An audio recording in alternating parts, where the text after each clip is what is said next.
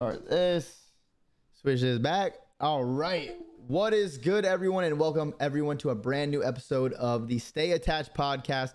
Joining me today is none other than a Call of Duty World Champion, a player who's been on many of the top organizations, a legendary figure in the Call of Duty scene, and he's still here with us. He's still grinding every single day over at his Twitch stream. We got the one and only Chris Parasite Duarte. Christopher, how you doing today, man? Doing good, bro. I mean, you caught me off surprise when you asked me to join your podcast. I was expecting a DM to play ranked play, but I mean, you've been egoing me. No, I'm just well, I get on. I play like in the morning to like midday, and you play like midday all night. And I see your tweets when you're about to go to sleep at like 5 a.m. and I'm waking up like 2 hours later. Like, oh, okay, Chris just went to sleep. Okay. Yeah, but yeah, for sure. So you've been on the rank play grind. What's been up with the rank play grind so far? Is this something fun to do, or like what's your thought process with it? I've been trying to just stay consistent with my stream, kind of keep the momentum going that I got from, I guess, being #1 and just, being known as a rank grinder to people that are not necessarily super involved into competitive Call of Duty. Just trying to keep that momentum going into other games. I was looking forward to X Defiant, but then I guess that got kind of pushed back quite a bit. Well, it did get pushed back. Let me rephrase, because they did say the timeline would be technically late summer, which it's still technically summer. Yeah. It's just, I've been trying to like wait for that game out because I really want to do content into that game and kind of like start my YouTube and like shorts and TikTok grind on there and then carry it over into a new COD, because I kind of feel like, at least for me and the type of content I want to produce, which is a little bit more informative and less kind of just like entertaining, because like people are still killing it on YouTube with like Call of Duty rank content. Oh, like, for sure. Example, Shotzi, Colt, he just started doing that stuff again, and he's killing it. But their style of content is probably not something that I necessarily want to do. So yeah, I gotta wait for the next game, the next big thing to pop off. Hey, listen, well, we'll be ready. We'll be watching the YouTube channel, everything. We're excited to see. But first, I gotta ask you 5 quick questions. So let's just get out the way. You don't have to go into too much detail. You can if you would like. You don't have to. But start, bench, and cut. Scump, Crim, or Karma? Okay. This might come as a surprise, because I think people would expect me to start someone that is a little bit closer to me, but I think I would start Scump simply because his longevity as a talent is insane. Obviously, if Crim and Karma were maybe at their peaks in this hypothetical situation, you could probably make an argument for any of those two guys, but I think Scump's longevity, as at least in terms of talent, is up there, so you have to start him because he's a superstar talent you can kind of build around. Yeah. Bench, I would probably say Crim, because obviously Crim is the GOAT. He's undisputed, the most. You have Crim as the GOAT too? Yeah, he's the most accomplished player of all time. His ability to win and breed this winning mentality that I feel like carried on to certain people, and like certain people in the scene is just insane. And then on top of that, Karma was amazing, but he just, like, I feel like he was never like a specialist in terms of something. Like Damon was really talented and really smart, but like he was never one of those players that like was like known for something in specific. So like with him kind of being a little bit more balanced, I think I just have to cut him and get like the 2 specialists essentially in leadership and then talent in terms of longevity. Okay, no, that was all a really good answer. I mean, you can't go wrong with any of these players. All COD legends, all some of the greatest players to play of all time. But on to the next one. This one should be probably a little bit easier. Rank MW 2019, Cold War, Vanguard, and MW 23 or 2022, whatever year the game this was. I don't even know. Cold War, #1 for me. At least this is for purely a competitive title. Yeah, for competitive. Yeah. I put Cold War 2019. Really? 2019 second? Yes, I would put MW2 without sound EQ in 3rd. We can't go hypotheticals. And then I would put Vanguard last. If Vanguard last? EQ, yes, with sound EQ, I'm putting MW2 last. Okay. But we got to go off what we played. We played with sound EQ, so you're putting it last. Online, but at events, okay. MW2 was a good watch. No one will tell me otherwise. It was a good watch, and I'm sure the players at the very least probably had a lot more fun on LAN because of the fact that there was no sound EQ. But at least with overall the whole year, yeah, I could see why people would put that in last. Okay, I respect it. And then what do you think was the best event you ever played in? I actually remember this, and I pulled it up. just in case. Stats. You got the stats and everything? Okay, let me hear them. Yeah, I'm ready to hear I them. saw the question.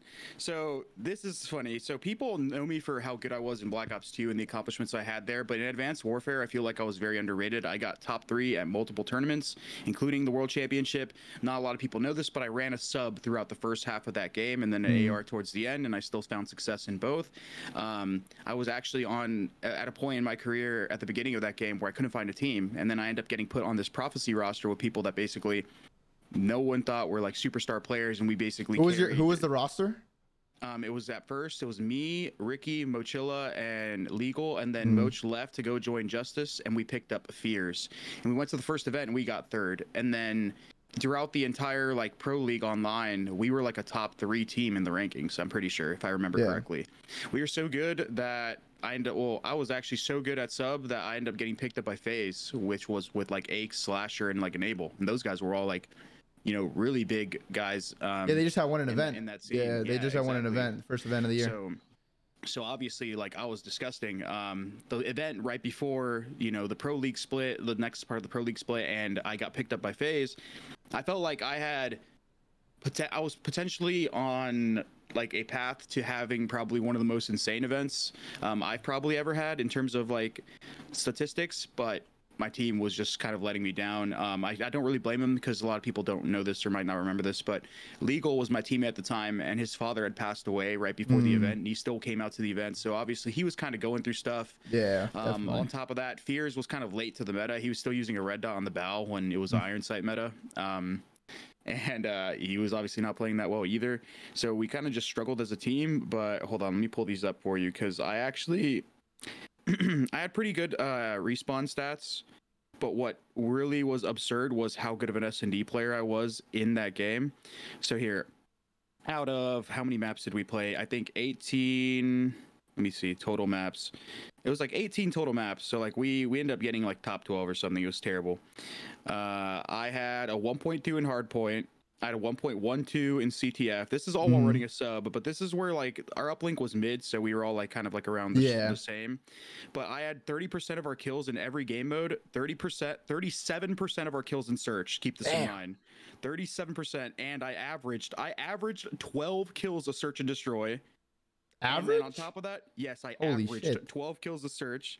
So here are the stats for S&D that were insane. Sorry, this website is really terrible.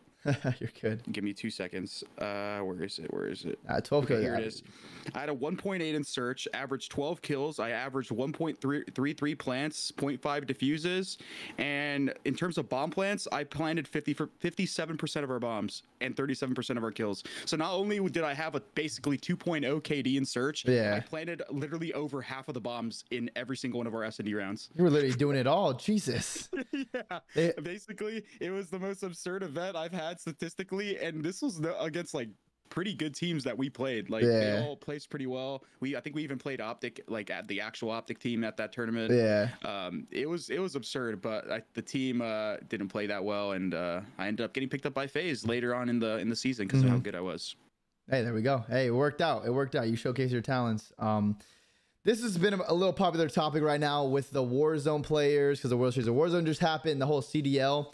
Do you think that there are some Warzone players that could switch and go pro now, and if you do think so, how many would there be, or any names specifically?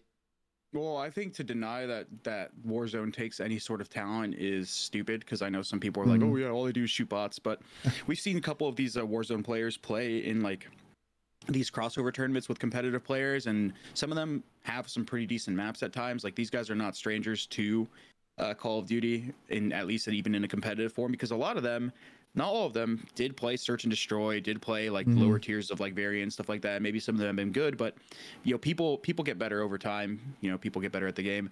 I think if a couple of them maybe invested more time into learning the ins and outs of you know, actual competitive Call of Duty, something could be good. I think Diaz could do that. Yeah. I think Shifty is not a bad player either.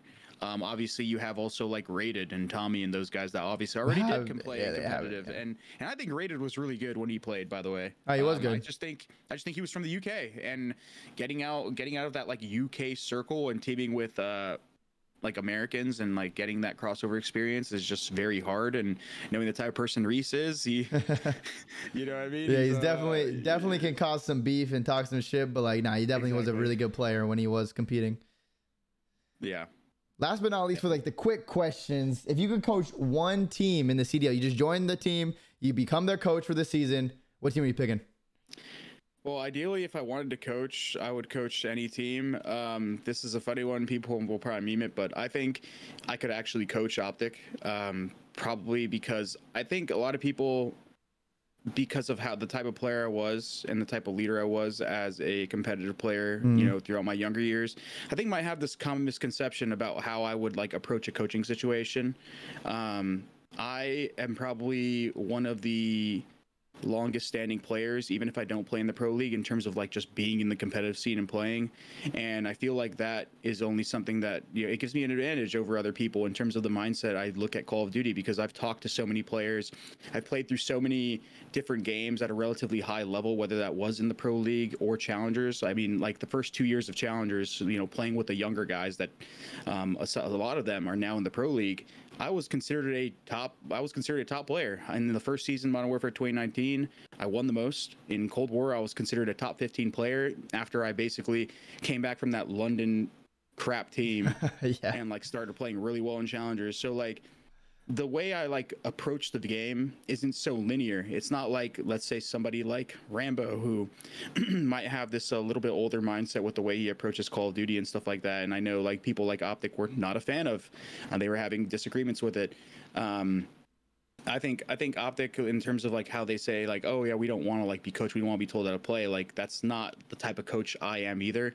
I just like to provide nuance to situations, to the game, and for players to kind of adapt that into their play style. That's even how I view myself as a leader when I play nowadays. That's how I do it in challengers. I don't like telling people how to play the game and stuff like that is never going to work, because over the years with how Call of Duty's changed, it's just not that simple. Everything is super situational based, and I don't know. I just feel like I have a very different mindset about Call of Duty than most people, and sometimes that might come across as arrogant, where I feel like people might feel like I know better, but I just have so much experience on so many different levels, working with so many different players, that I feel like it's allowed me to kind of like, I don't know, just evolve the way that I think about the game. And I don't know, I feel like it would benefit a team. But at the end of the day, I'm not pressed about not coaching. I have other things that have been doing really well for me, and coaching is something that I would love to do. But at the end of the day, if I don't, it's not a big deal to me. It's really not. Yeah, I mean, I'm surprised that you haven't got at least an opportunity to coach, because I feel like you'd fit that role really well. And some people might be holding on to things from the past, but I mean, we've seen stuff happen in the past with certain players and everything that people forget about once they get into the league and start frying. So why is this like such a big thing for you? And you really haven't done anything that bad to where it's like there should be a grudge held. Bad stuff. Not that bad. It's not that bad. But okay. you should definitely have at least one opportunity so far, and then we'll see. But maybe you will get that. Maybe you'll get that. But yeah, you've been killing it with the streams and everything. So we'll take the Haggy streams while we can, and maybe you'll coach one day. But now to get more into like personal questions about you. Let's get into it. How did you get started gaming? It could be casually, competitive. How did you get started when you were younger? My longest lasting memory from playing video games as a kid was playing Pokemon games. I grew up playing Nintendo, like, what are they called? Game Boy Colors, and Nintendo 64.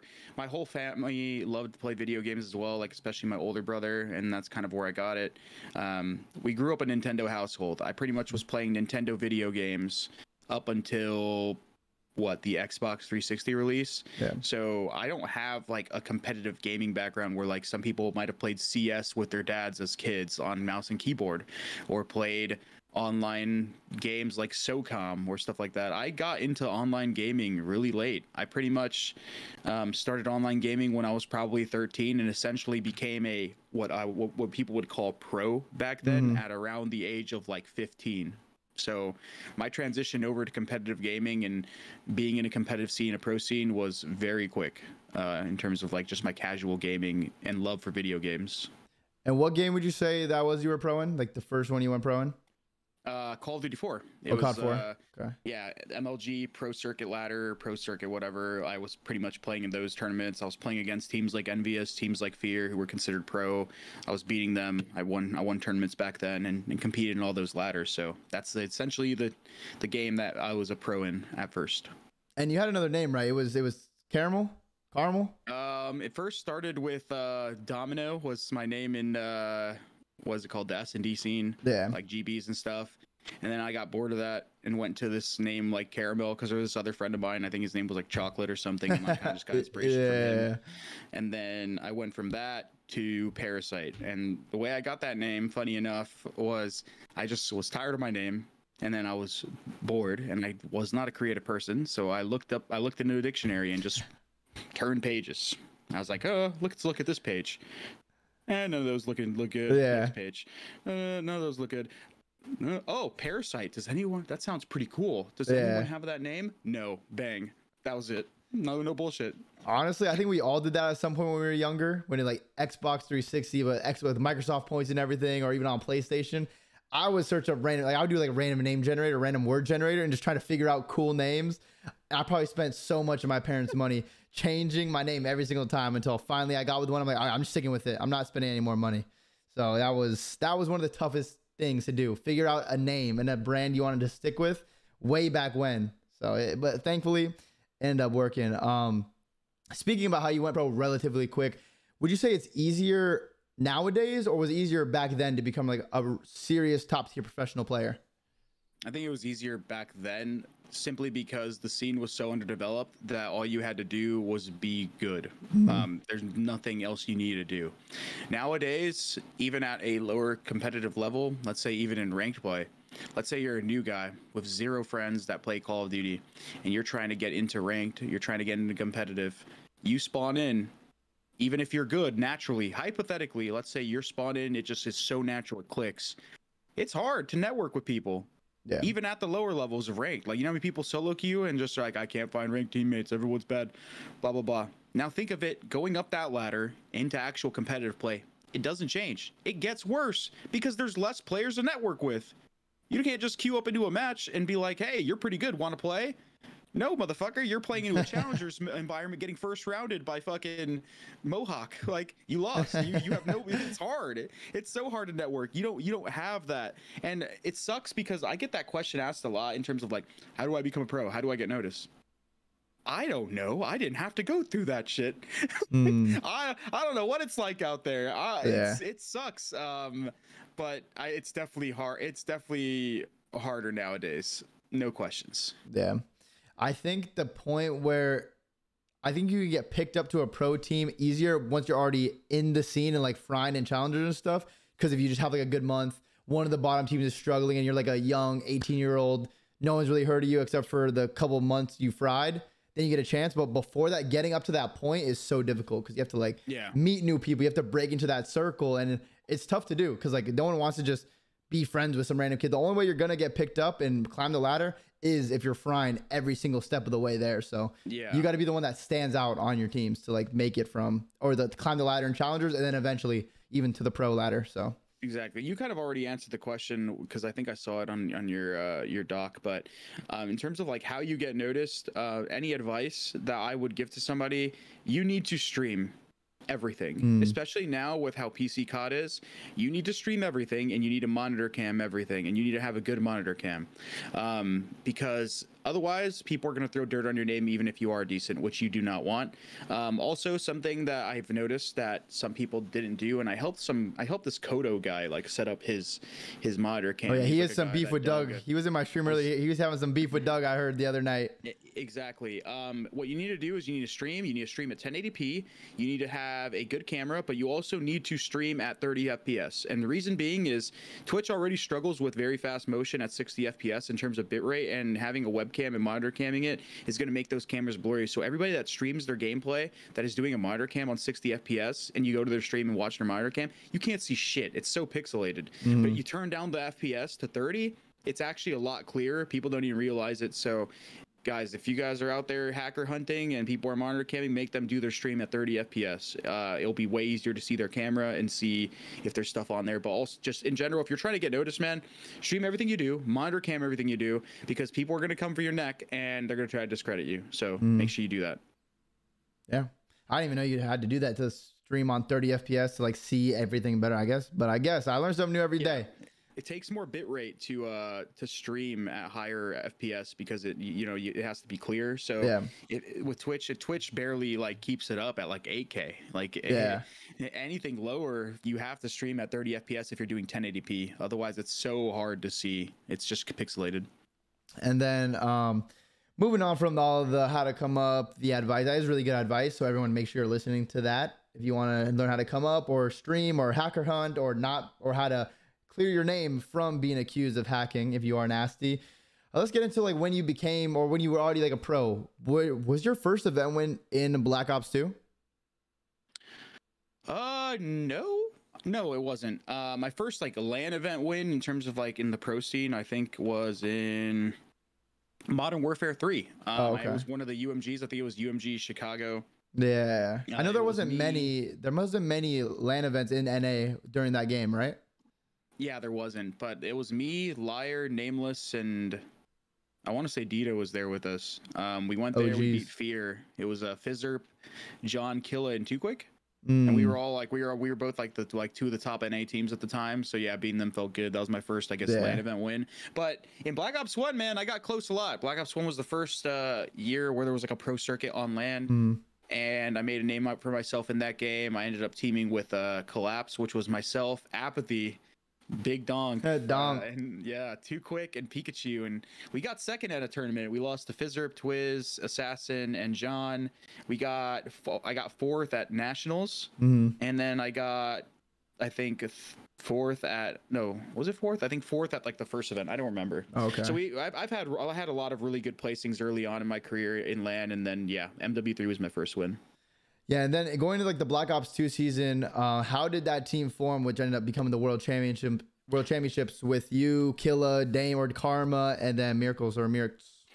I don't really exactly remember the fine details of it, but I do remember that me and Clay teamed on Roughnecks with Rambo and Intake, and we went to the first event where Aches pushed Nate shot, and we placed like top 6, but me and Clay were both really good, and then we ended up going our separate ways, and I teamed up with Farico and he teamed up with Cole. It's kind of funny how that works. Like we were the two best ARs in probably the entire game on one team at the beginning of the year, and then we ended up splitting our ways and basically dominating at points in that year. But I think what happened was, so I ended up joining with Farico because Too Quick sketched to go play with Cole, I think.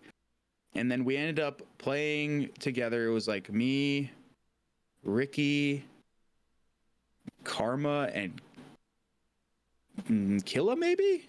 Or something like that. I don't remember. It was a weird team. Yeah. And anyways, Too Quick ended up leaving, and then I ended up I joined their team, and we didn't know who to run AR because I wasn't running AR at the time, I think. And I ended up doing it because we picked up Miracles. I don't know. It was some weird situation where I remember Too Quick sketched mid scrim. That's the one thing I will always remember about how it happened. We were scrimming. It was me, Too Quick, Killa, and I think Karma or John or something like that.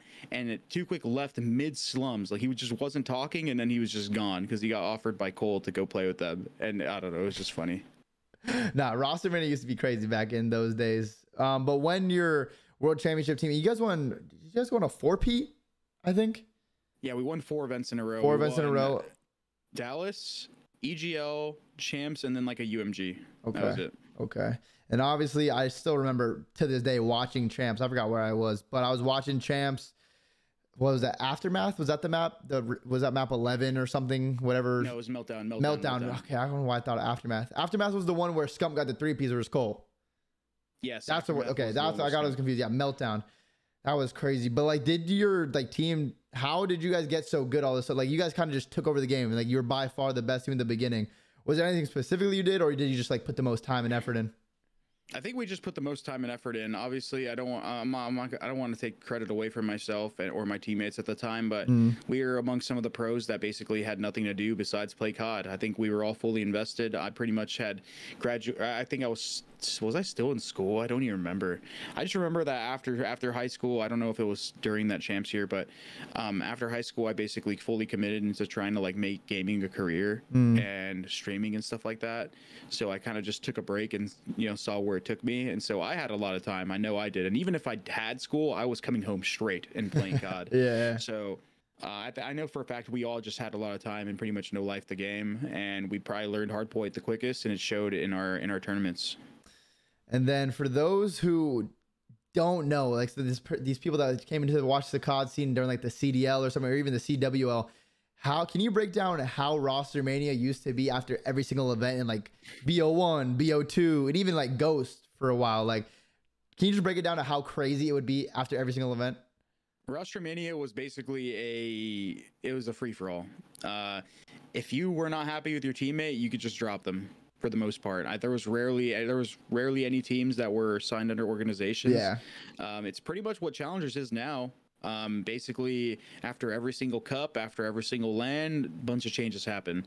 The no holds bar, everyone's just trying to make the best team, and yeah, I mean, like I said, my teammate left mid scrim, just left the team. We had to pick up somebody right then and there. Yeah. Mid scrim day. It was so toxic. There used to be so much shit talk between people like leaving rosters. Yeah. There's rarely ever any like, oh, mutual. Like you ever see those statements on Twitter after like somebody gets dropped or something like that? He's like, we'd like to thank you, blah blah. Yeah. Like, nah, bro. It was just like, peace out. Like, fuck you. Yeah, literally. Honestly, I think that's what helped build COD as well. Like the amount of roster changes kept everyone, all like the support of the fans, so involved. They want to see their favorite player, their favorite team, and it would always be changing. So they would just interact with new players and new teams. And nowadays, of course, there's like barely any changes compared to how it was back then. But I think the community would love it if it was like it was back in the day. But that's because there was no contracts. There was no legally binding anything to like keep you stuck on a team. But it used to be insane back then. Insane. And then you pretty much played on every team, right? Like every organization, at least in like the old COD days. I feel like, yeah, that's true. I think I've played on every single team for even a day. Yeah. I've been on every single one. And then, but there was one team that you joined. I remember it for a day in Ghost. You joined It wasn't OpTic. a day. How long did you join OpTic Gaming for in Ghost? It was a couple days. Oh, it was a couple days. Okay, okay. And how almost a week. How like what happened? Like who was the roster and how were you not on the team after a couple days? Because I didn't know the behind the scenes with this. So basically, it was fresh. We were fresh off a tournament. It was a UMG Philly, I think, or something like that. Oh yeah, that's when I beat OpTic and then Scum left. Top 3, I think. We played you guys too. We lost game 5. I just remembered. We lost game 5 to you guys. Oh my god, I lost. We placed top 3. It was me, Nameless, Killa, and was Miracles? Was Miracles on the team at the time? I think it was Curse OV. Yeah. Yeah, so we were on the team, and then I was just, I was playing with them. I didn't have any like thoughts of joining OpTic, but then I got offered to join OpTic, and like blindly back then, everyone would take the OpTic offer. It's OpTic. It was stupid not to. So I joined the team, and then after scrimming for a while, scrimming for a bit, I realized this wasn't for me. I know some people were like, oh, dude, you just want the clout. I'm like, no, I was probably the most followed Twitter person outside of actual OpTic, before anyone had joined OpTic. And I did get a lot of followers from joining them. 30,000 in a day was pretty absurd back then. Dude, the juice was crazy back then, too. Like, the Twitter juice, like, COD still has good Twitter juice, but, like, back then, you would get so many followers, or your stream would pop off, and, like, everyone would do, like, the follow for follows. Back then, or follow Fridays and stuff at events. Yeah, it was crazy. This was also after Scump left. Like in my head, I kind of just joined because it was OpTic, but Scump had left and he was all playing on Envy and whatever. We were scrimming. It was me, Clay, Ricky, and Nate Shot. Looking at, if anyone would have told me that, like, but after thinking about it and after playing on the team and just looking at it from hindsight point of view, like it was stupid for me to join that team. They were all good players. It was more so like, who's running a sub? Yeah. Me, Clay, Ricky, Nate Shot. Like, it was terrible. We scrimmed, and scrims went okay, but they were I back then you already know how much I wanted to win. Like I was toxic about it. I just wanted to win. That's all I cared about. Yeah. The followers and all that stuff was cool. It was a bonus, but I wanted to win, and I ended up just saying fuck this shit. I'm leaving. I'm gonna go back to my old team. Reason being is, well, I don't see us winning, and it worked out. They ended up getting Scump. They ended up getting they kept Clay. They went through some like weird roster iterations, and they ended up getting their team of what is it? Nade, Scump, Clay, and Proofy, and then they also had Bose at one point. They went to champs. They got third. They had a pretty good showing there. They almost could have beat Cole. They ended up going X Games. They won. So I mean, they ended up finding success. A lot of people, obviously, we don't know how it would have played out if I would have stayed on the roster or tried to stay on the roster. But I mean, OpTic fans at the end of the day should probably be thanking me, because I think OpTic saw a lot more success without me after I left, and I ended up going back to Curse or whatever, and we ended up not qualifying for champs because went to the regional qualifier, and not only did my controller break at the tournament, and that was back then when Scuff Ones had just released, so I couldn't get like a replacement. I had to play with like a controller I wasn't used to, so I didn't play up to my standards. I didn't play bad by any means, but I didn't play good, and we also had a rough event, so we kind of just didn't qualify. And my year in Ghost was kind of dog shit after having a really good year in Black Ops 2, and OpTic's was good, so I mean, can't be mad as an OpTic fan. Yeah, I mean, you still had a couple good placings though, and you ended up winning a tournament later on in the year. I believe it was with FaZe. It was you, Karma, Sensor, and Apathy. Yes, if I remember correctly. Doug, Sensor, Mario. You guys went to UMG Nashville. Now, like we have that famous clip of Doug and Damon yelling at each other. How did that team work? Because I feel like you were, of course, like very opinionated as well. So there's probably just a lot of like stuff going around, like people saying stuff, roasting each other. How did it end up working? And you guys winning a tournament? Dude, I honestly don't know. Like the actual, like I don't know how that team worked on paper. I don't remember anything about how our scrims went. I just remember our events were inconsistent. I don't even like, I was at such a weird place in my life in terms of that team. Like I had already come off like a really disappointing year in terms of not going to champs, and I was just kind of trying to make the most of it. I also had started a gym journey back then, which obviously did the help of Doug and Brian. Both of those guys loved working out, so those guys helped influence that a lot. Same with like Nameless when I was on Envy. So like I was on like a big gym journey for a while, and I ended up carrying that into like the beginning of AW. I had lost like 70 pounds back then. Like I remember more things outside of competitive during that year than I do about competitive. But I think that team kind of worked at least to a degree, and it was a reason why we were able to win an event, because we just had a lot of talent. Like Brian was good. Brian and Ghost was really fucking good. Yeah. Karma was obviously just coming off that, off of that whole run with not EG, sorry, Cole. So he was obviously insane, and I felt like I was pretty good at that game, despite my results prior. I just kind of got unfortunate, and Doug was just a team player. So it was, dude, you want to know what it reminds me of? You ever go play ranked play and like you invite one of your subs and he just Hillkins? Yeah. And like you have 3 fryers, like that's like what that team was. And if all 3 of us were frying, we were disgusting, because Doug was just literally the best team player at the time, bro. Doug did not give a fuck about anything else besides trying to get in the objective. But like Brian, me, and Damon were just trying our hardest to just slay, while Doug did everything else.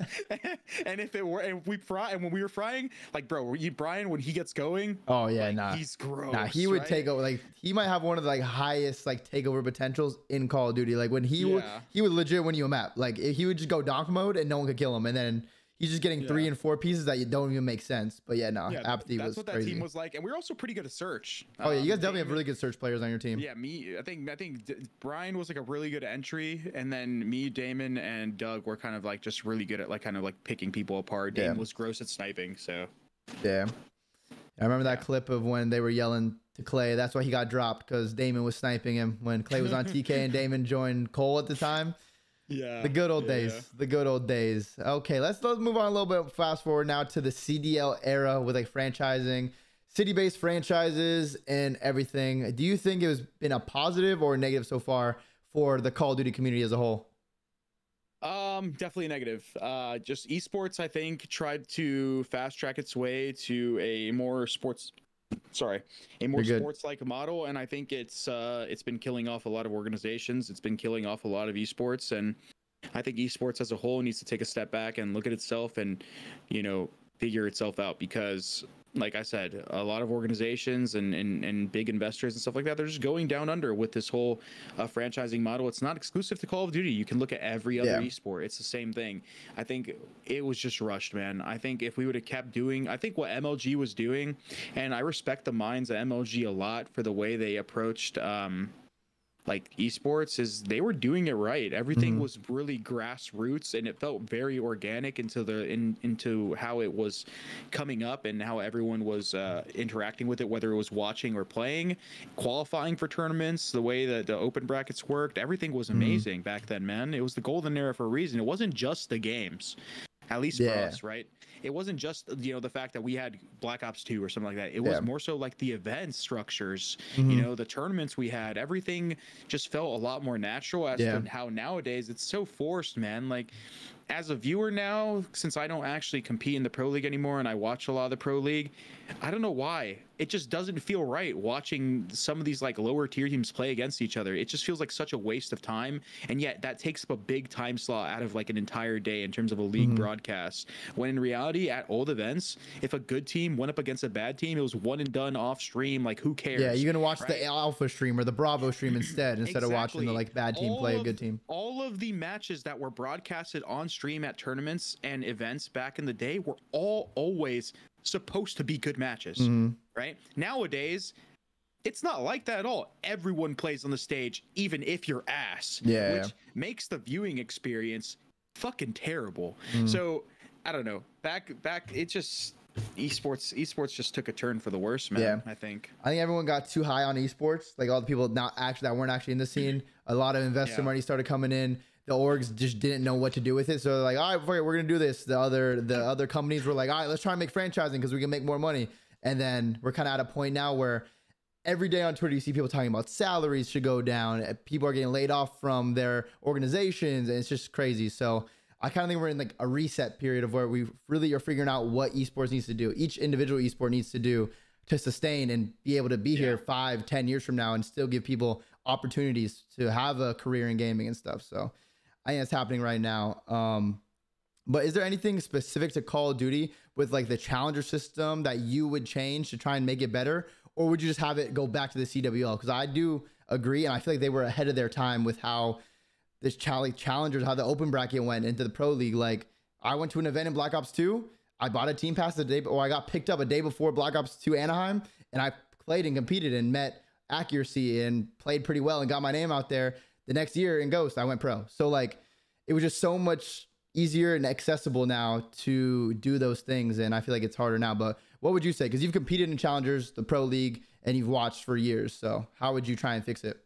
Yeah, ideal scenario, I'd like the two to be mixed again. I think the event that we had at Raleigh was really good, where teams, the amateur teams played against pro teams. I think we saw a couple of the pro teams basically almost make it into the pro bracket.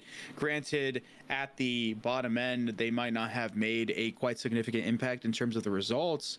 Well, they still beat out those pro teams. So at the end of the day, you technically still got better matchups than you would have probably saw with those other pro teams that were already ass losing to the AM teams, played up against the teams that the AM teams matched up against. For example, LAG Academy, right? They ended up beating a team and making it into the pro bracket, if I remember correctly. Yeah, and they had like a close game versus FaZe too. They lost like game 5. They had to play against FaZe, and they went game 5. Yeah, they ended up losing, but now imagine that the pro team, the CDL team that lost to them, that lost their spot out, had to play against FaZe in that match. From a viewer's perspective, that was probably going to be a 3-0. FaZe would have just wiped the floor with whoever the fuck that was. Instead, they get FaZe. You get a little LAG in there. They throw in a good match, and it's a lot more entertaining. I think, obviously, it's not viable with the franchising model. But if there's not guaranteed screen time that these like organizations need to have, and no security in that aspect, then they need to go back to the older format. It also incentivizes more people to come into the esport, because it feels like people are actually qualifying for that spot in the league, right? That spot in those tournaments. It's not so much like it's just gifted to them because they signed a contract with, Activision. Yeah. Which is, I think, is stupid. It also, I think, presents a better building opportunity for rosters. There's just less legal bullshit that people have to go through to get people on their team without actual franchising in play, in my opinion. So yeah. And the thing, I think it's better. The thing I missed too about it, like after, because I did it once where I had to go through, and actually in World War II with my phase team with the first event, the Dallas event, because we did terrible online. We did go through the open bracket, and then we ended up going through the open bracket, doing pretty good in pools. I think we ended up getting like fourth that event, which is crazy. Start from open bracket and then go get fourth, but like it was such a good feeling to win in open bracket and get your spot in pools. And I feel like so many other orgs and players used to do that, even if they would get slammed in the pool play. Like I remember, I feel like in Black Ops, or I forgot what game it was. I feel like Panda would always play OpTic. I think Panda would always play OpTic in like their pool play, and they would lose, but like they were always making it consistently. So who like the players and the orgs and like just the group of people that were always there to make the run and to get to the pro scene. And then like and then Priesta was on that team at one point, and now look at Priesta. He's a world champion and so many event wins later. Like it was the best way. It's just better, man. Like, more of the players as well. Like, imagine, for example, some of these top challenger players were consistently playing these teams at LAN. Like, sometimes they might upset them. Sometimes they might have close games, but at the very least, now you know the names of the people that are actually kind of good. Nowadays, it just requires so much external work. Like, you actually have to go and watch challenger tournaments that are separated, on top of the fact, you should probably have people in your organization that are kind of, allocated to do that, but I don't think that's the way. I think players know players best, and the more experience they get against lower tiered players, the more they're going to know them. Listen, as much as I'm down to hire someone, like let's say I was in a CDL organization, I'm down to hire somebody to go scout talent for me. I feel like they can go and scout and get an idea of talent, but I don't think they're going to understand, what talent looks like from my perspective. And if I'm playing against those lower tiered players in tournaments consistently over the years, or watching them play against some of my other or these other people in the league, like it's just going to inform people in the scene a lot more of these names, and maybe some people are going to come up sooner, or maybe some people that wouldn't get opportunities might get opportunities because they get to showcase their actual talent against good players rather than in the lower challenger scene with how volatile that is, et cetera, et cetera. There's just so many upside to it. There's so much upside to it, at least from a from just a roster building perspective, that I just don't see why. Well, I do see why it's not done, but I wish it wasn't that way. Yeah. And speaking of all that, why have you not got picked up on a team to coach yet? Like, what's been going on? Because I swear there was rumors of you potentially having opportunities. Like, have you had meetings with orgs? Like, have they not offered at all? Like, why is this happening? Because I feel like you're one of the most qualified people. Sorry to cut you off, but one of the most qualified people to be a coach for a team. I had a meeting with I talked to one organization, I think last year, and one this year. I've reached out to a couple. I've sent some DMs to some people that I know, seeing if they have any interest, but ultimately nothing ever really comes from it. I don't know. I don't really, honestly, at this point, I don't really care. I think, I genuinely do not feel like people always are looking at this the wrong way. And there's a bunch of people on even like Reddit that are just like, go prove yourself in challengers, blah, blah, blah. Listen, I'm a 29-year-old man, bro. I'm not doing anything in my life for free anymore. I don't have that luxury where I can go and waste 4 to 5 or 5 to 6 hours a day coaching a roster for free. Maybe if like coaching was the one thing I wanted to do, where I'm like dead set in making this dream come true. But with the way the league is, structured, and how the esports and the league as a whole is going, like I'm just wasting my time. I make far more money doing the things I do now than I would coaching. The fact that I want to coach isn't because I'm desperate for a job or anything. If anyone that knows me and how transparent I am with my stream, what I do, very transparent, everything, will know that I am doing just fine right now, and I don't need to do any of that stuff. I would like to coach. I would like to be in a team environment. It's fun. It's something that I'm passionate about. It's something that I feel like would just be amazing to do. It'd be so fun to like try to create a legacy there after being a player, and it's not something I would just slack on. But at the end of the day, if I don't get an opportunity coaching, it's not the end of the world for me. Like I said, I don't feel like I need to prove my worth as a leader, as a coach to anyone, because anyone that knows me and knows what I bring to the table, regardless of my history, knows that I make every single person around me a better player, whether I'm playing with them at my side or I'm telling them, I'm giving them advice, because every single one of my quote unquote sons, as people like to joke around, for the most part, has made it into the league at some point. It's for a good reason. I feel like I'm very good at nurturing talent. I'm very good at scouting talent. And even with the old heads, like I said, I feel like I have developed a way of thinking that a lot of people will just never have. And it's because of all the people I've, been blessed to share experiences with on main stage, challenger stations, co-host on podcasts. It's just something that, like, I don't feel like a lot of people get the opportunity to do. So listen, I don't know why I don't have a coaching spot. If people want to reach out to me, they can. I'll still throw my hat out there to people every off season if anyone's ever interested. But as for now, I'm gonna keep doing what I do, man. I love what I do. I love my community. I love the flank. I love the reverse sweep. I love all that stuff. Yeah. And I'm not pressed, man. I'm not really. Listen, well, I'm actually started up a Days Clan, the only profitable esports organization out there, and we're looking for a coach. Just saying, we'll put you in a 360 deal, so we'll take half of your earnings, but you could coach some of the most talented players in the Call of Duty world. So think about that one. And but we can offer like 401k, health insurance, dental, all that good stuff. So think about that, and you can get back to me. But a team that you did join the Flank, the show with Tommy, Zuma, Aches, Ben J. Nassim, and yourself. How did you join the Flank? Because I know it first started just with Tommy and Ben and like Cold War watching the matches on stream, right? And now it's this big like production.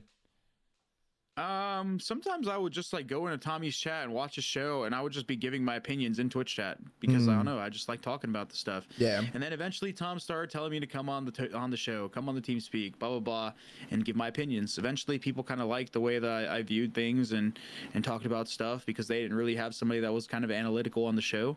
And then eventually, I just kept doing it, and then Tommy would sometimes have me fill in for Ben because Ben was still working at Esports Engine. So I would fill in for tournaments at home, and I would be essentially the replacement co-host during those majors, and Tommy would pay me for it, and people liked it. So eventually, long story short, Tom offered me to go on full time, and I've been on the Flank ever since. It's pretty much how it started. No, I mean, the Flank has been like, it was literally a game changer because there's nothing that's been like that. There was some other stuff, some interviews and things, but we never had like a during the show watch party and then after like a breakdown kind of like on you would see on ESPN of like actual sports and stuff. So it definitely was a game changer in the COD community, and I think it's only helped Call of Duty and brought so many new eyes to the behind the scenes of it, because it used to just be the matches would happen, then it's over. No one would talk about it. No one would do anything about it. The people that would just watch would just wait till the next match happened on the COD League stream. So there wasn't really like the Flank was a whole new genre of things in the community, which has only helped. There was some drama the other day with Ben and Tommy. Watching them argue is hilarious because they're just too, I don't know, they're just so funny. The way Ben is, the way Tommy is when they get to yelling at each other is hilarious. But on a serious note, what would you want to like add to the Flank, whether it's like if the show's online or the show is in person? Like, what would you personally want to add or bring to the show that's new? I don't think the Flank really needs to change anything about how it's done. For the most part, I think it accomplishes what Tommy has always wanted to accomplish, and the people enjoy it. I know we have our criticisms of like, I know we have our criticisms of what people want the show to be or what people want added to the show, but I mean, for the most part, I think it's good where it is. I think the one thing that we can do to expand our brand is treat the Flank like an organization. Yeah, we're a podcast team, but if we want to grow, the show and grow our content, we need to do content pieces that are opinion pieces. For example, some people on Reddit came up with some good ideas where we would basically like wait. Say that again. What, people on Reddit came up with some good ideas? Listen, Reddit always says that people roast them, and they do get roasted a lot. But Chris Parasite Duarte just gassed you up, Reddit. So take the compliment when you can, because there is some good stuff on Reddit. Yeah, there is easy to see the negatives, but there also is a lot of positives that you will see on Reddit too, like, or people wouldn't use it at all. Like, all the pros that go on it, all the content creators go on it. Reddit has some, of course, annoying people that say crazy things, but also some very smart people that say good things. So it's there's good and there's bad. So, but Yeah, go well, on, go on. Anyways, what I was gonna say was some people on Reddit came up with good ideas where people would like, we could like have a debate of like players and teams having upsides where we bring up statistics and stuff like that. We actually have actual debates with pre-gathered information, not just like watching matches, right? Like where we gather stats, we do our research and stuff like that, and prepare these like debates and stuff like that with pre discussed like I guess questions or opinions, blah blah blah, and we go on and do a debate. That'd be cool. We go and do like Call of Duty history stuff where we go back and watch like events and like we watch those events, we edit pieces out, or we like talk about certain like matches and certain teams and times and stuff like that. Throw that, make a video. I think that would be a great way to diversify our content. I think the whole like debate where it's like, oh, let's do more shows, brother. No, then I'm not gonna just sit down and talk about something for the sake of talking about something, right? It needs to be interesting, or it needs to be something that is well prepared and well thought out. I think quality over quantity in terms of like a podcast, but if we want to do content, like I'm all for it. We can pump out videos all the time. It's not hard, as long as we have the ideas. For example. This isn't the same because OpTic is a giant organization, but OpTic has OpTic has the breakdown. Scump and Zinni and those guys, they have their streams, their content, blah blah. But then they actually do content. They do shit together. Yeah, like on the side, it's not just breakdown content. If you go look at the OpTic channel, where sometimes it's COD related, sometimes it's not. I'm down to do that stuff if that's what they want to do. But the fact of just doing more shows for the sake of doing shows, I think has always been a stupid idea. Yeah. Especially if there's nothing really worth talking about, and we're just going out there and talking, because I think the show at the points, especially during the season, can get very repetitive, man. We do a show every single day on the weekend, and then at events every single day. It can get repetitive, so I don't think we need more shows. I think we need quality shows, and we need to do content outside of just shows if we want to grow the Flank brand, I think. No, I mean 100%. I feel like people would love to see you guys do even in real life content, or just talk about the history. You said like there's so many things that could actually be done rather than just in the season, the game that's happening right now, and that gameplay. And even with that, you might be able to go more in depth about a certain match, a FaZe versus OpTic, game 5, Grueler. You guys make an actual video breakdown, picking out some key moments and everything, and then it's uploaded to YouTube and all the other stuff. It's just the kind of stuff like that to diversify and get more content out there. But no, I feel like people would love that. I feel like everyone would really wants that, and it will happen one day too, because everyone's just trying to get better and better, and you guys will get more stuff figured out and everything. But moving on to the next game that's coming out, do you think Modern Warfare 3 will be the best Call of Duty of all time? Because I do, but what do you think? I think it's on the right track. I think we're getting I like a lot that. of features. That's good. I like what I'm hearing. I think we're getting a lot of features that we all asked for. I think at the very least, even though the maps can play completely different than how they did back then with the game modes and stuff like that, at the very least, we're getting maps that are very familiar to us, and they're a lot clearer. They're not so cluttered, and there's not a lot of bullshit, so I think they can work. We're also getting, some features that are making some of the things that were controversial in the past better. For example, tac sprint. Pros are not a fan of tac sprint. Reason being is it fucks up timings, right? You never know when a guy is going to fuck up a slide cancel to reset his tac sprint, or he's going to like tac sprint and not walk because he misclicks. It messes with timings. It's something very micro, and to an untrained eye or somebody that's not super hyper competitive, they might not really realize how much it affects the game. But in the next game, well, your tac sprint auto regenerates as you're not tac sprinting. So technically timing should be a lot more consistent, because your movement speed, your maximum movement speed is always regenerating. So it probably will help. On top of that, I think we're getting Ninja back. Hopefully, yes, please. It's completely silent, bro. It needs to be. Otherwise, we're gonna have loudness EQ as a crutch again, and there's no way around it. It's just something that will always be in the game, because you'll never be able to trust if somebody has it off, unless there's a way to work around it. But other than that, I mean, I don't see how it can get any worse. I've said this every year, and I've been proven wrong every single time. So it's been getting worse sometimes. So I don't see how it can get any worse. I don't think it could be any worse than this. I don't think it could be any worse than it was. So Best game I ever. have high hopes. Best game ever. Even we got the Haggy cosign, so we love that. And then what are you personally looking to do in Modern Warfare 3? Whether it's with streaming, with YouTube, other content, what are your goals you're looking to accomplish next season with the new game? Or even on X Defiant, because X Defiant's coming out too. Yeah, I want to continue streaming competitive related content. I want to make video based upon tips and tricks and stuff like that. Like the things that, I mean, maybe to competitive players might already be, you know, a nuanced topic, but I want to try to reach out to more casual audiences that are kind of getting into competitive, because I noticed that's kind of where the ranked play blew up. I think a lot of people got into ranked play this year that were not competitive CDL fans and still might not even really know too much about the CDL. And I wanted to kind of like help reach out to those people and, you know, get those people a way to get into the CDL content or just get better. Because like I said, a lot of those people are newbie and they tune in my rank stream. So reaching out to them would be nice. But also if the, what is it? If ranked play is not out at release and it's not going to be out for a while, I'll probably compete in challengers again, because it'll be a good source of content with streams and stuff like that. I know some people are always like so like weird with this topic. They're like, oh dude, why is anyone gonna want to play with you if you don't want to become a pro? It's like, I mean, well, it's not like I'm not gonna try. You know what I mean? You're not sitting there to waste your time and not go hard. Like you're gonna go hard. I'm trying to win. I just happen to stream. Yeah. You know what I mean? It's nothing has changed. I don't think anyone's realized, because in prior years, when I was still trying to make it and become a pro in Modern Warfare 2019 Cold War, I streamed everything.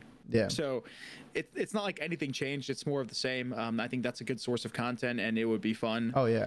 To be in a competitive environment.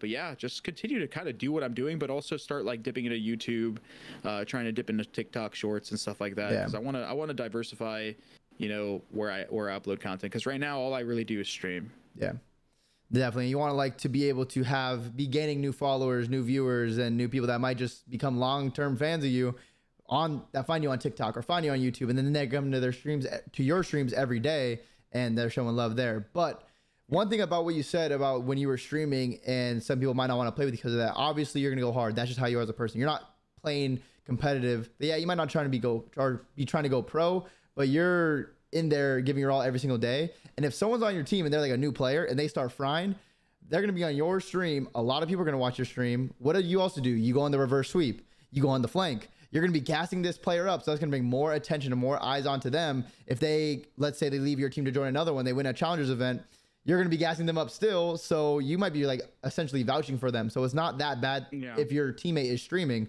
Like even Doug's team, when he plays on Boston Academy, we've seen countless players like Snoopy play with Doug. He went pro. Ghosty played with Doug. He went pro. So it's like, it's not that bad, especially if someone's streaming, because that's how that's how everyone's going to find out about you, and they can look back. Because whenever we've made a roster change and we had to pick someone else up, or even any orgs have to do it, the coaches will be watching the challengers events. They'll be watching the scrim VODs. They'll be watching as much as they can to learn about how this player's comms are, how they're doing in game, how's their movement, how's their shot. Like they look for any little piece of info. It happened when we tried to pick up Mac. It happened when we picked up Standy. It happened when we were out trying to pick up whoever. Like it happens to everyone. So people are always watching. So it's definitely good to get that content out there. Of course, you don't want to stream everything, give away your strats, but you want to stream to a point where you're not hurting yourself. Because yeah, you can only be in challengers for so long. You need to go pro and need to make real money one day. So you kind of have to bite the bullet and stream. I think people that don't stream their challengers roads are just stupid. I mean, this is just another argument that people have with just the challenger scene is I've been a heavy promoter of it, while like changing the schedule, allowing people to get jobs, blah, blah, blah, like maybe people creating content.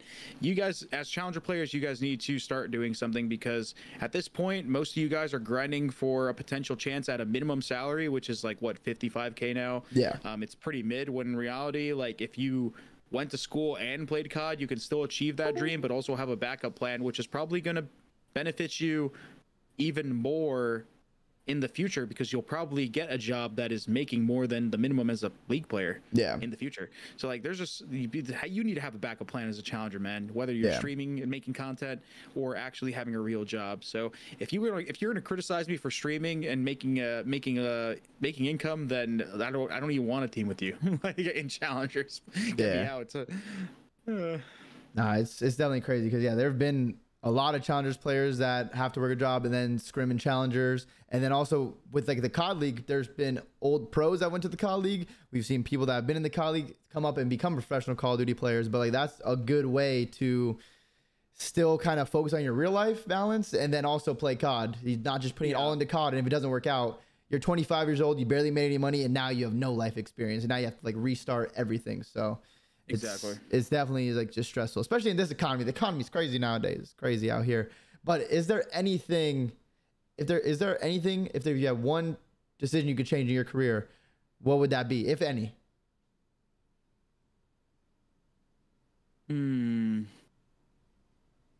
I guess this is an overall decision. I guess just anything. Maybe, it could be team. It could be stream more. It could be do YouTube. It could be not leave this team or build or actually join this team. Anything you could think of. Oh, actually, yeah, doing YouTube more was probably a good one. I still have like 70K subs. I think like back in Black Ops 2, you go back and even like up to then, I still had like viewers, sorry, like a view count of like 20K, 30K, something viewers on a whole bunch of videos. Like, I wish I would have done way more with YouTube. I feel like I could have actually had success there, but you know, that's you know, something that I'll always look past on. I know I can start YouTube up again and maybe pick up traction, but I mean, I should have kept that momentum going because I had a really big stream following, big YouTube following, and I kind of just ended up getting really lazy with it because I cared so much about competing that the only thing I could really justify was turning on the live button because it just took no effort, right? Just live. But everything else was just so much harder. So yeah, definitely doing YouTube was probably one that I will regret for a while. I was gonna say before you brought that up, I guess just growing up faster. I mean, obviously it's not something I could have just like done, right? Looking at it is pure hindsight, but growing up quicker and just learning how to talk to people. I just grew up so isolated with like how much I like played video games, and I didn't really have like a social life that I kind of just really didn't know how to like take in all the success I had so early, and I just had like a, you know, chip on my shoulder where I took things the wrong way and probably clapped back at people in ways that I shouldn't have because I was just immature, and it burned a lot of bridges. It rubbed people the wrong way, and some people still hold that against me. But at the end of the day, I mean, you don't have to take my word for it. But I'm definitely not that. I don't look at things that way anymore. I've grown up a lot. I have a lot more empathy for the way, you know, people are, the way what people do, and I feel like I'm just a lot more reasonable person because of the experiences I've had and the struggle that I've had as a competitor and, you know, a person. So, yeah, definitely regret that stuff. But I mean, at the end of the day, all I can do is move forward and. You know, people believe me. They can. If not, it's okay. Hey, I'll keep doing what I'm doing, man. No, that's a great answer. I mean, I definitely think you have matured. I think everyone that's seen you from way back then to now can tell you've matured as well. Because, I mean, everyone grows up. And, yeah, you definitely matured. Yeah, so. some later than others. Yeah, some later than others, but still do it at some point usually. But that's it for me and my questions. If you're down, you can answer a few questions from the chat. I'm sure they want to ask you as many as they can. So, chat, if you guys have any good questions for Parasite, type him in the chat and he'll answer a couple, but then he has to go stream and we're going to host him. So go show him some love. But thank you, Chris, so much for joining us. And yeah, guys, chat, go quick. Don't troll. Man, I am going to stream, but I need some caffeine in my life. Yes. I'm dying. Let me see anything in the... Someone asked, why are you so sexy? Dude, he's one of my stream viewers, man. He's trolling, bro. Get him out of here. No, I mean, why? How'd you become so sexy? I was born this way, man. You're born this way? I know okay. what to tell you. Damn. Okay. Dude, I don't think chat's got anything, bro. Oh, wait, hold on. That's a good question. Anyone in particular you want to play for challengers next year if you would do it? No, I honestly don't. I doubt I'll probably get many offers as I don't have as many pro points as some other players do. But I'll still probably play at the beginning. See what I can do. Probably play with my boy Fire again. I always play with him. So, I mean, if he's not going to be on a roster, I'll probably play with him. Yeah. Just because it's something familiar. But no, I don't really have like anything predetermined. If I do decide to compete, it'll be very last minute. Obviously, we don't know like the landscape of what, you know, Modern Warfare 3 is going to look like on release and, you know, stuff that's available. Who knows? Maybe Modern Warfare 3 ranked play comes out fucking a month after the game releases and I can go back to grinding that and making content related to that. But I'm not going to hold my breath, you know? Yeah. And then Mom checked out the question. Were your parents always supportive of gaming when you were coming up, when you were younger? My mom was, but she was just like the one that spoiled us. She's the reason why I had a game console in the first place. Okay. My dad was not. He would always do things like turn off my internet whenever He felt like I was gaming too much. Oh, damn. Even some days where I was like supposed to come home after school and scrim, I'd come home and the internet wouldn't be on because he didn't want me playing. And it didn't stem from anything of the sort where like I was doing bad in school or something like that, and he would turn it off. No, he just didn't like me playing video games. He just wanted me to go outside and do shit, because he thought it was a big waste of time. Obviously nowadays, I mean, back then, like, no one would have thought you can win hundreds of thousands of dollars. You could stream to hundreds of thousands of people every single day. Like, that just wasn't real back then. Like, they've never seen anything like that. So I can understand why they do it, but we've seen a lot more parents be supportive now that can realize, holy shit, my son's on main stage playing in front of thousands of people. So it has been crazy. Yeah, exactly. Crazy. Let me see. Advice for anyone who wants to win it. Oh, that's not gonna. Biggest achievement in COD except for winning champs. I don't know. I guess being a part of so many great organizations. I've been a part of FaZe. I've been a part of OpTic, Envy. Pretty much been a part of every household name in competitive Call of Duty. Complexity. I guess that's pretty cool. Obviously, maybe not in the circumstances that most people would find to be proud of, but I still did it. hey, you were still on all the name brand teams. Exactly. That's pretty cool. Yeah. Okay, last one. Best and worst teammate ever. I'm not gonna say worst because that'd be throwing dirt under someone's name. Yeah. Okay. Best teammate. Give us your top three then. Give us your top three best teammates then.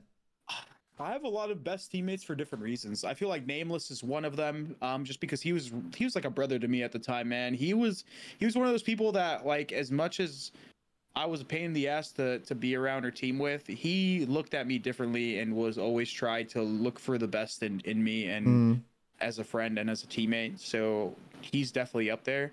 I look at Slasher a lot as a really good teammate simply because he was somebody that I genuinely felt like I could see a lot of myself in and agree with, but he was also not one of those like yes men type people. Like, we would also have our like disagreements and stuff like that, but we always could like debate and talk about stuff in a civil manner. And like, I felt like, at least for me, I would always learn a lot from him. And I felt like he would learn a lot from me in terms of like the way we viewed certain things. And I don't know, I just like teaming with him. Karma, obviously up there. Brian, Apathy, those guys are up there. Enable, definitely another sleeper. You've teamed with Enable. Ian is a really good teammate, good friend, good person, smart guy. Willing to do whatever he can for the team. I've teamed with a lot of great people, man. I mean, being on so many teams is kind of inevitable, but yeah. All right, Chris, thank you for coming on the show. Appreciate you having it. Everyone, make sure you guys say thank you to Chris. Check out his stream, twitch.tv/Parasite. Is there anywhere else we need to check you out?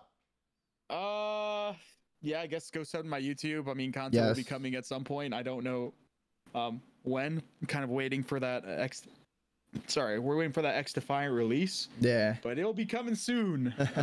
Outside of that, yeah, go follow me on Twitter.